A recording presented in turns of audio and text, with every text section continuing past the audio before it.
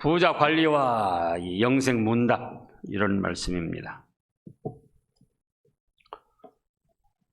지금 18절에 어떤 관리가 물어 이르되, 그런데 마태복음에는 부자 청년이라고도 했습니다.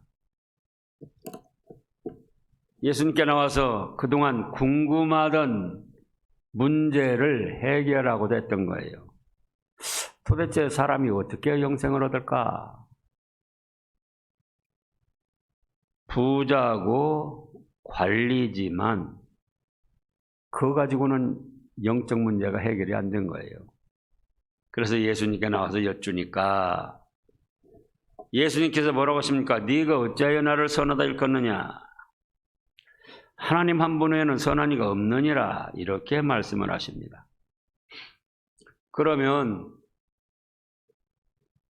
예수님은 선하지 않다는 뜻인가? 그것이 아닙니다. 선한 선생님이라고 예수님을 칭할 때에 예수님께서는 어찌하여 나를 선하다 하느냐 그러면서 누구 외에는 선한 이가 없으시다? 하나님 한 분 외에는 선한 이가 없다, 이렇게 말씀을 하셨습니다. 이 말씀이 자칫 오해를 할 수 있어요. 아, 그럼 예수님은 선하지 않단 말인가? 아닙니다. 즉 하나님 아버지를 제외시키고는 선을 생각할 수 없다, 그겁니다. 하나님 아버지가 선의 본체요, 선의 근원이요, 선의 덩어리요, 선을 행할 수 있도록 원동력이 되시는 분이 하나님 아버지시다. 그래서 하나님 아버지께 영광을 돌린 것입니다. 나는 선하지 않고 하나님 아버지만 선하다, 그런 뜻이 아니다, 그 말씀이에요. 또 우리가 하나님, 예수님, 성령님을 뭐라고 합니까? 삼위일체 하나님이라고 합니다. 삼위일체 하나님이라고 할 때는 그 세 분 중에 누가 더 높고 누가 낮고 그런 게 아니에요. 0.000 나눠도 오차 없이 100% 똑같이 동일하십니다. 그래서 여기 지금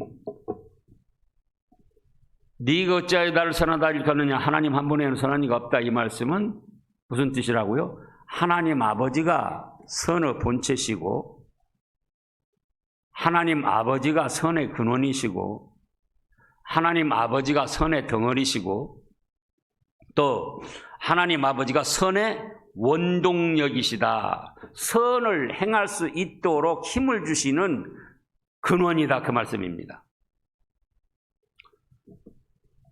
그러면서 20절에서 뭐라고 하십니까? 네가 계명을 알지?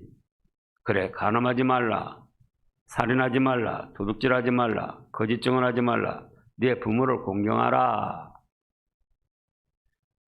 그랬더니 21절에서 아이고 선생님, 이런 건 제가 어렸을 때부터 지켰어요. 그러니까 예수님께서 이 말을 들으시고 이르시되, 너한테 아직도 한 가지 부족한 것이 있다. 네게 있는 것을 다 팔아 가난한 자들에게 나눠줘라. 그리하면 하늘에서 네게 보화가 있으리라. 그리고 와서 나를 따르라, 이렇게 말씀하셨습니다. 그랬더니 그 사람이 뭐라 했습니까? 큰 부자이므로 이 말씀을 듣고 심히 근심하며 갔습니다. 그러면 지금 이 부자 관리인은 착각을 하고 있었던 겁니다. 무슨 착각? 사람이 어떤 선한 일을 행함으로 구원을 받고 영생을 얻는 줄 알았어요. 대부분의 사람이 그렇습니다. 그래서 18절에서 물어볼 때도 무엇을 하여야 영생을 얻으리까? 이렇게 예수님께 여쭌 거예요. 사람이 무엇인가 선한 행위를 가져야 되지 않을까? 그러니까 무엇을 해서 영생을 얻게 될까? 그러나 그것은 어리석은 착각입니다. 왜냐? 사람의 행위로는 의롭다함을 얻을 육체가 없다 그랬습니다. 여러분들 자신을 스스로 생각해 보라고요. 의로운 게 뭐 있습니까? 의로운 것 같아도 마음속에 온갖 죄악이 가득 차 있고, 말씀대로 하는 것 같으면서도 자기 욕심 자기 뜻대로 하는 고집이 있고, 말씀대로 순종한다 하면서도 속으로 온갖 술수를 다 꾸미고, 사실 예수님을 믿는 사람들 보면은 안 믿는 사람들과 일반 도덕적으로는 다를 게 없어요. 여러분들 자신을 살펴보라고요. 여러분 자신들 주위에 안 믿는 사람이 있는데 그 사람들보다 도덕 윤리적으로 뛰어난 것이 무엇이 있는가? 오히려 그 세상 사람들이 누구를 더 인정합니까? 천주교인들이나 불교인들을 더 인정해요.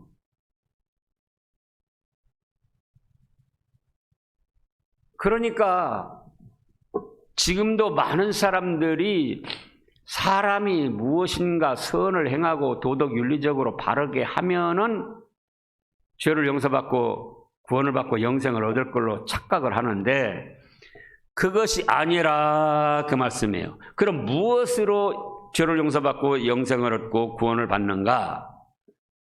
오직 내 죄값 때문에 십자가에 죽으신 예수님의 대속의 은혜를 믿음으로 말미암아 죄를 용서받고 죽었던 영혼 살아나서 영생을 얻게 되는 겁니다. 자, 로마서 3장을 보겠습니다.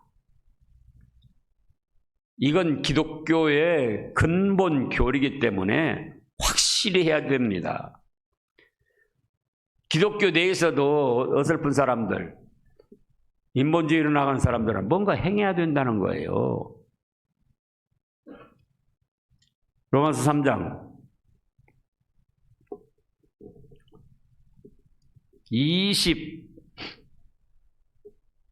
20절부터입니다. 20절 읽어보세요. 그러므로 율법의 행위로 그의 앞에 의롭다 하심을 얻을 육체가 없나니 율법으로는 죄를 깨달음이라. 이제는 율법 위에 하나님의 한 의가 나타났으니 율법과 선지자들에게 증거를 받은 것이라. 곧 예수 그리스도를 믿음으로 말미암아 모든 믿는 자에게 미치는 하나님의 은이 차별이 없느니라. 모든 사람이 죄를 범하였음에 하나님의 영광에 이르지 못하더니 그리스도 예수 안에 있는 속량으로 말미암아 하나님의 은혜로 값없이 의롭다 하심을 얻은 자 되었느니라. 또 28절에도요. 그러므로 사람이 의롭다 하심을 얻는 것은 율법의 행위에 있지 않고 믿음으로 되는 줄 우리가 인정하노라. 그런데 이 부자 관리는 뭔가 행해서 죄를 용서받고 구원을 받고 영생을 얻을 수 있지 않을까? 그리고는 그건 언제부터 행했다고요? 어리서부터 행했다는 거예요. 만약에 율법을 행해가지고 구원을 얻는다 치면 어리서부터 행했으니까 영생에 대한 갈등이 없어야지요. 어리서부터 몇십 년 행했는데도 불구하고 여전히 영생에 대한 갈등이 있잖아요. 왜냐? 겉으로 행하면서도 속에 온갖 더러운 것이 차 있기 때문에, 그런 자기 자신을 스스로 알기 때문에 내가 과연 살인하지 않고 외부적으로 거짓말하지 않고 외부적으로 부모 공경했다고 해서 죄를 용서받을 수 있을까? 영생을 얻을 수 있을까? 그렇게 고민하고 갈등을 했던 거예요. 그래서 예수님께 나와서 여쭤봤는데 그 해답을 예수님이 가르쳐 주셨음에도 불구하고 이 부자 청년은 근심하며 돌아갔습니다. 자, 이제 또 갈라디아서 2장. 갈라디아서 2장.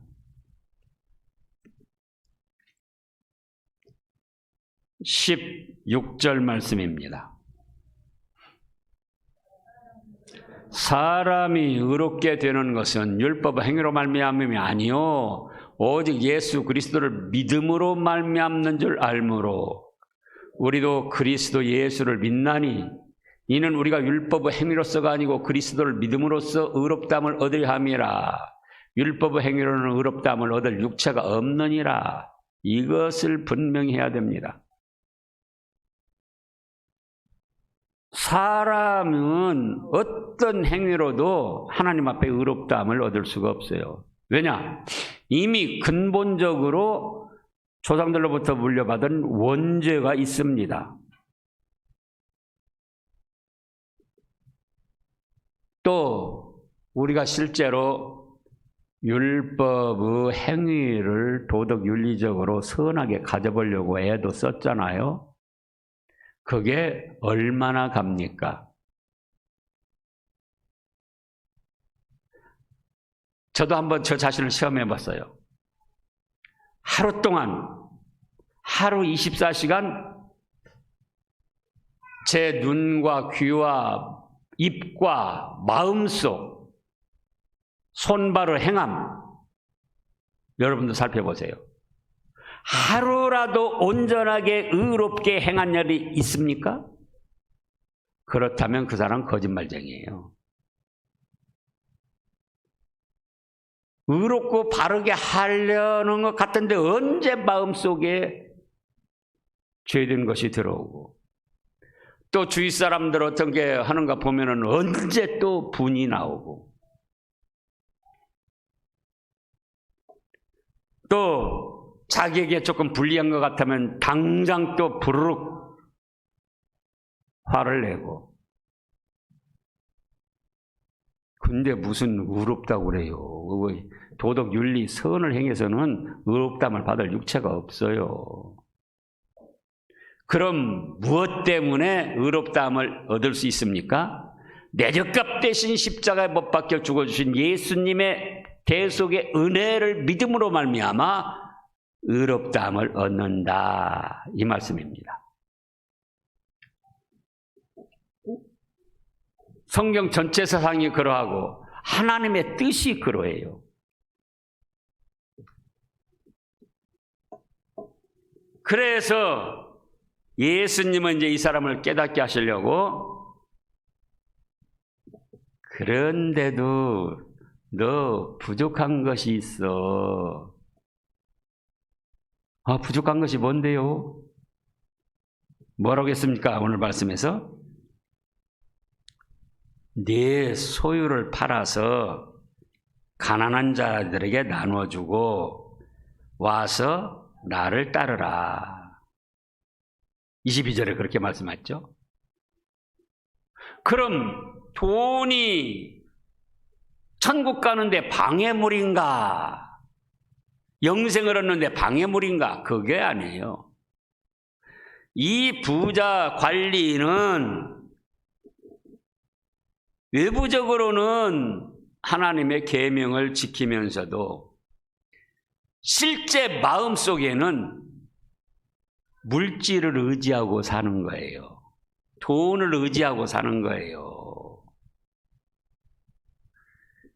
아무리 계명을 지키며 간음하지 않고 살인하지 않고 도둑질하지 않고 거짓말하지 않고 부모를 공경했다 할지라도 하나님을 믿고 의지하지 아니하고 예수님을 구주로 믿고 의지하지 아니하면 그거는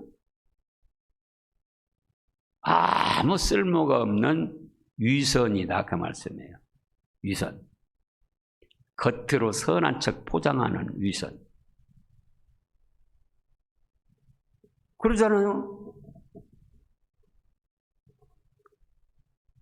하나님의 말씀을 따라서 계명을 지킨다 하면서도 정작 그 사람은 하나님을 진정으로 믿고 의지를 하지 않는 거예요.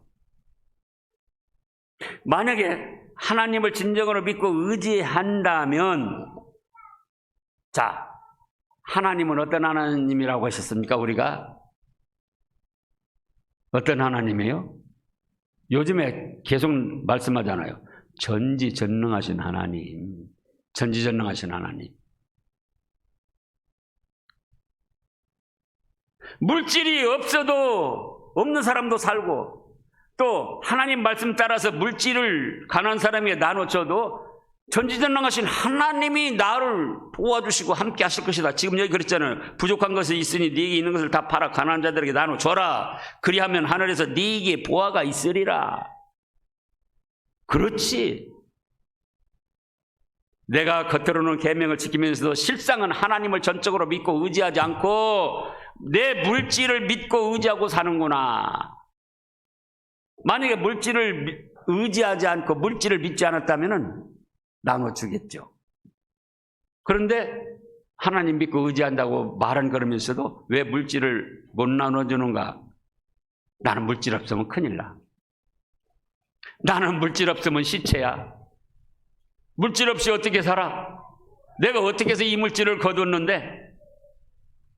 그러니까 결국은 입으로는 하나님을 믿고 의지한다고 하나님의 계명을 지키면서도 마음속 중심에는 하나님을 믿고 전지전능하신 하나님을 믿고 의지하는 것이 아니고 자기가 뭐하는 물질을 믿고 의지하고 살려고 했다, 그 말씀이에요. 그런 경우는 아무리 도덕적으로 윤리적으로 십계명을 지킨다 할지라도 지킬 수도 없지만은요, 1년 365일, 1년 365일 계속 십계명을 지키고 율법을 지킨다 할지라도 그건 다 허사다, 헛된 일이다, 그 말씀이에요.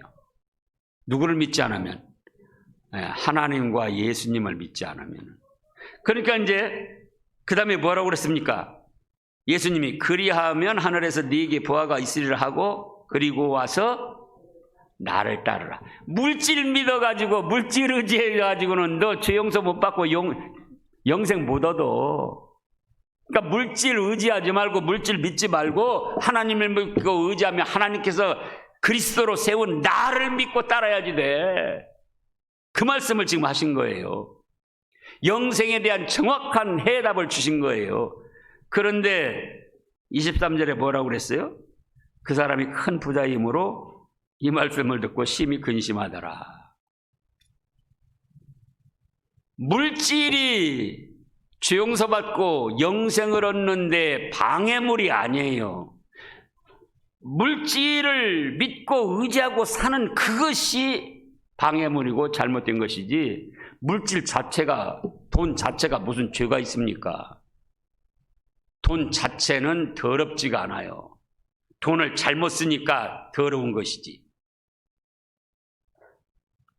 그래서 여기 예수님께서 깨닫게 하시는 거는 너 도덕적으로 윤리적으로 계명을 아무리 지켜도 너 가만히 보니까 하나님을 믿고 의지하는 것이 아니라 네 돈 믿고 의지하는구나. 그렇다면은 너 영생 얻기를 원하지? 돈 믿고 의지하지 말고 하나님을 믿고 의지하라. 그래서 돈은 가난한 사람에게 나눠줘라.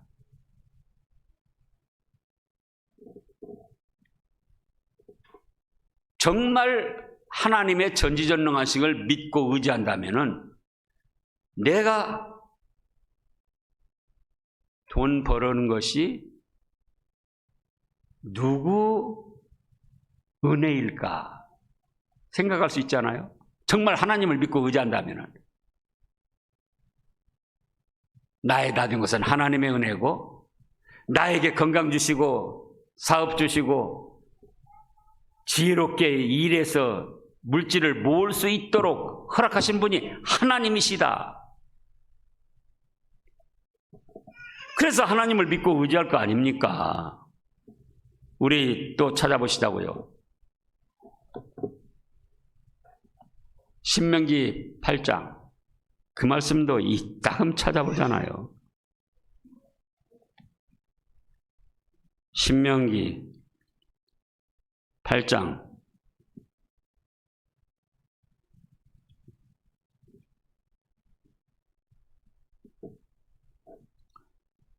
11절 말씀부터입니다.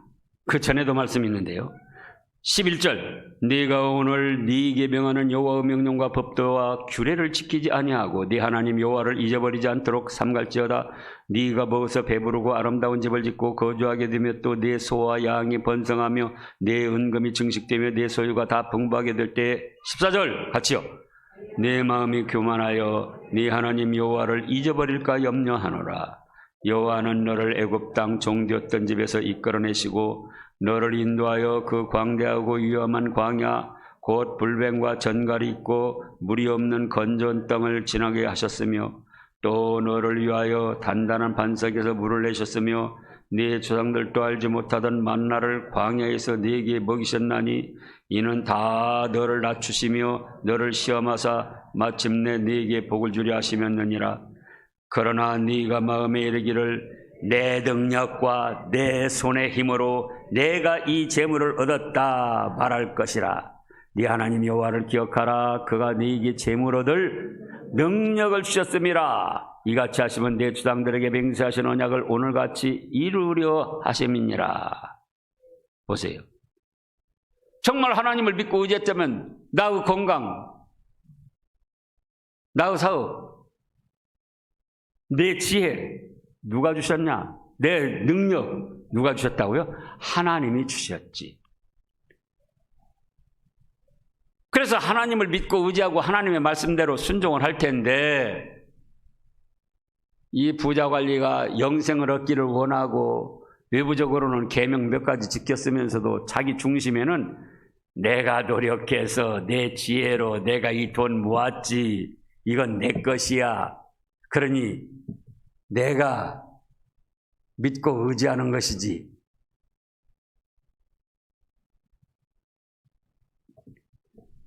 하나님의 전지전능하심을 믿고 의지했다면은 그래, 하나님이 건강 주시고 재물 얻을 능을 주셔서 내가 이 재물 모았으니 또 하나님 믿고 의지하고 나가면은 이 재물이 없어도 또 잘 되게 해주실 거다. 또 하나님의 말씀대로, 예수님의 말씀대로 이 재물 의지하지 않고 가난한 자에게 나눠주면 하나님이 더 잘 되게 하실 것이다. 그렇게 믿을 거 아니에요. 그런데 왜 슬퍼하고 근심하며 돌아가는 거예요? 결국은 영생 얻기도 원하고 계명을 몇 가지 행했지만 그건 위선, 선하게 보이려는 포장한 것이지 진실로 하나님을 믿고 의지하는 것이 아니었다. 그러니까 예수님께서 그걸 깨닫게 하시려고 너 물질 의지해가지고는 영생 못 얻어. 그러니 물질은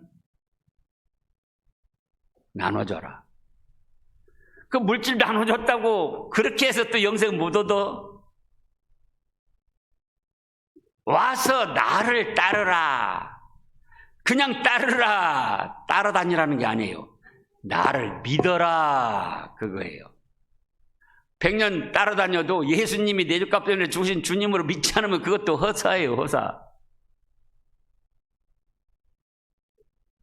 예수님을 따르라는 것은 무엇이라고요? 예수님이 내 죄값 때문에 죽으신 대속의 주님임을 믿어라. 그거예요. 그러면 거기에 영생이 있고 거기에 죄사함이 있고 거기에 죽었다는 영혼 살아나는 것이 있고 거기에 하나님의 자녀가 되는 축복이 있고 오전의 말씀대로 천국의 그 찬란하고 영광스러운 상급을 살 수 있고.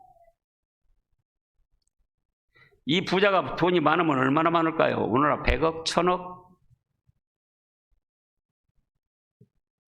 그래도 다 쓰지도 못할 것이고 남겨놓으면 자손들끼리 재산 싸움할 것이고 그리고는 지옥 불바다에 떨어지면 무슨 소용이 있습니까? 그러잖아요. 우리도 잘 생각해야 됩니다. 물질이 죄가 아니고 물질 많은 것이 죄가 아니다. 문제는 하나님을 믿고 의지하지 않고 예수님을 믿고 의지하지 않고 그 물질을 믿고 의지하고 살려는 그것이 문제다. 그 말씀이에요.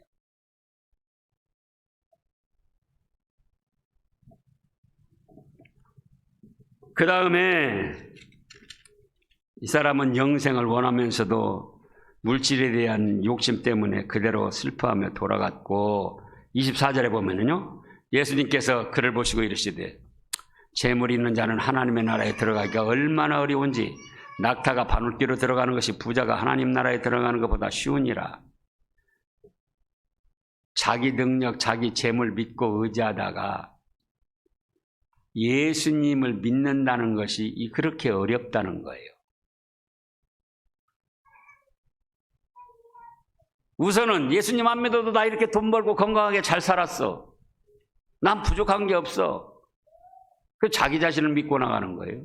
근데 거기에서 나의 모든 건 하루아침에 다 날아갈 수도 있고 아무것도 아니다. 오늘 저녁에라도 천하만물 주관하시며 생사화복을 주장하시는 하나님이 내 목숨 거두시면 나는 아무것도 아니다. 그러니 물질을 의지할 게 아니라 내 자신을 믿고 의지할 것이 아니라 예수님을 믿고 의지하자.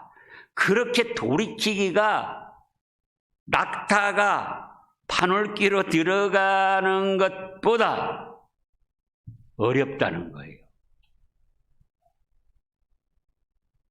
그래요. 세상 사람들 그래서 안 믿는 거예요. 자기 권력, 자기 돈, 자기 지혜, 자기 능력 믿다가 그걸 버리고 나는 아무것도 아니다. 하나님이 부르시면 나는 시체에 불과하다.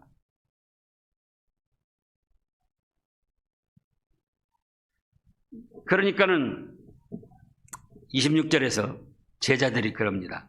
아이고 예수님, 그러면 누가 구원을 얻을 수 있어요? 누가 영생을 얻을 수 있습니까? 그러니까 27절에 뭐라고 하셨습니까? 사람은 할 수 없지만 하나님은 하실 수 있다. 하나님의 선택을 받고 하나님의 사랑을 받은 자는 얼마든지 돌이킬 수 있다. 여러분들 자신들을 생각해 보라고요. 우리가 선한 구석이 있어서 우리가 선한 양심으로 하나님 찾았습니까? 아니에요. 창세전에 하나님이 택하셔가지고 우리 마음을 성령님이 감동시키시고 인도하시고 믿게 하셨으니까 믿은 것이지, 내 스스로 선한 양심이 있어서 믿은 게 아니에요. 우리도 완악하고 지금도 고집을 부리고 그런 더러운 참으로 부정한 인간들 아닙니까? 그런데 하나님이 예수님을 믿게 하시고 그래서 죄를 용서받고 하나님의 자녀가 돼서 천국 복락을 누리게 되는 겁니다. 그러면 잘 믿어야 할 필요는 뭔가?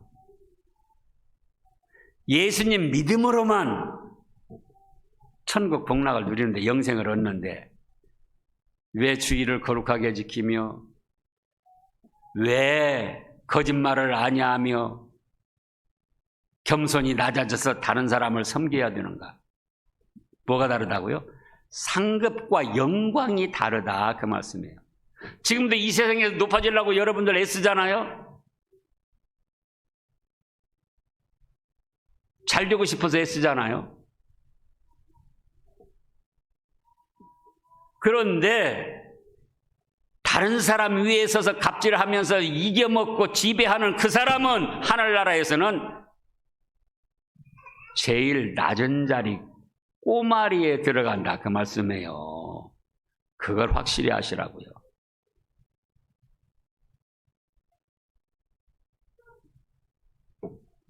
그 예화에 보면 그런 예화가 있어요. 어떤 목사가 죽어가지고 천국을 갔대요. 천국 딱 입구에 들어서니까 자기 교회에서 관리 집사 하던 사람이 금면을관을 쓰고 아주 평화롭게 거닐더라는 거예요. 하다 우리 교회 관리 집사도 저렇게 금면을관 썼는데 나는 목사니까 금면을관 5개는 쓸 수 있겠다. 그리고는 딱 들어갔는데 자기에게는 금면류관 맞는 게 없어요.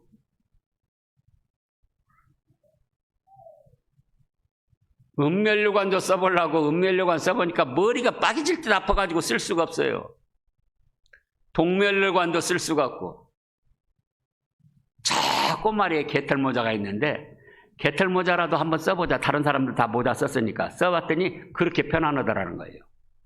아니 이게 무슨 일입니까? 우리 교회 사찰 노릇하던 저 아무개는 저렇게 금면류관 썼는데 천사가 하는 말이 너는 살았을 때에 이 사람 저 사람 대접받고 복살하고 큰 소리만 치고 다른 사람 지배하려고 그러고 고집 부리고 그랬지. 근데 저 관리 집사는 겸손히 예하면서 다른 사람 섬기고 받들었잖아. 그러니까 여기 와서 이렇게 영광을 누리는 거야. 그러더라는 거예요. 착각하지 마세요. 그렇게 남의 위에 서서 고집 부리고 주장하고 이겨먹으려고 하지 마세요. 저도 안 그럴 거예요. 그건 하늘나라에서 꼬마리 되는 거예요. 꼬마리. 겸손히 낮아져서 섬기고 받들 때에 하늘나라의 영광과 상급이 크게 됩니다. 기도하겠습니다. 하나님 아버지, 사람이 무엇을 행해서 죄가 사함 받고 영생을 얻을 수 있는 것이 아닙니다. 그러나 수많은 사람들이 착각을 하고 뭔가 행해보려고 하는데 그건 다 헛된 일이고 죄에 죄를 더하는 일입니다. 부자 관리가 그렇게 해보려고 했지만 겉으로는 영생을 원하면서 계명을 지켜보았지만 사실은 하나님을 믿고 의지하는 것이 아니고 물질을 믿고 의지하며 살았습니다. 그래서 물질 버리면, 물질 떠나면 큰일 나는 줄 알고 근심하며 돌아갔는데 이제 저희가 확실히 깨닫게 하여 주시옵소서. 저희가 죄사함 받고 죽었던 영혼 살아나서 하나님의 자녀가 되고 영생 복락을 누리는 것은 저희의 선한 행위나 어떤 도덕적인 좋은 행위 때문이 아니고 창세전에 택하신 하나님의 사랑과 예수님을 믿도록 은혜를 주신 그 대속의 은혜로 말미암아 죄사함 받고 영생을 얻게 됐습니다. 감사합니다. 그러나 이제 저희가 하늘나라의 영광과 상급이 다르다는 것을 깨닫고 현실에서 하나님께 예배드리는 일을 첫째로 삼고 또 하나님 말씀을 최고의 권위로 받들고 자기 내세우지 말고 섬기게 하여 주시옵소서. 그리하여 점점 더 하늘나라의 상급을 크게 쌓아 나가는 신함의 모든 권속들 되게 하여 주시옵소서. 예수님의 이름으로 감사 기도드리옵나이다. 아멘.